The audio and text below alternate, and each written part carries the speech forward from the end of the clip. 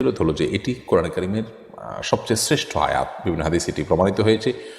উবাই ইবনে কাব রাদিয়াল্লাহু তাআলা নবী করিম সাল্লাল্লাহু আলাইহি ওয়াসাল্লাম প্রশ্ন করেছেন, তুমি কি জানো আয়াতুল কুরসির কোরআন কারীমের সবচেয়ে শ্রেষ্ঠ আয়াত কোনটি? তিনি বলেন, না, আল্লাহ এবং আল্লাহর রাসূল ভালো জানেন। তখন নবী করিম সাল্লাল্লাহু আলাইহি ওয়াসাল্লাম বলেছেন আয়াতুল কুরসি। দ্বিতীয়ত, আয়াতুল কুরসিতে আল্লাহ তাআলার গুণবাচক নাম এবং সিফাতগুলো, মৌলিক সবগুলো এখানে চলে এসছে, যার কারণে অন্য আয়াত থেকে স্বতন্ত্র, এর মর্যাদা অনেক বেশি। তৃতীয়ত, এই আয়াতুল কুরসি এটি শয়তান থেকে আমাদেরকে রক্ষা করে, শয়তান থেকে, দুষ্ট জিন থেকে রক্ষা করে।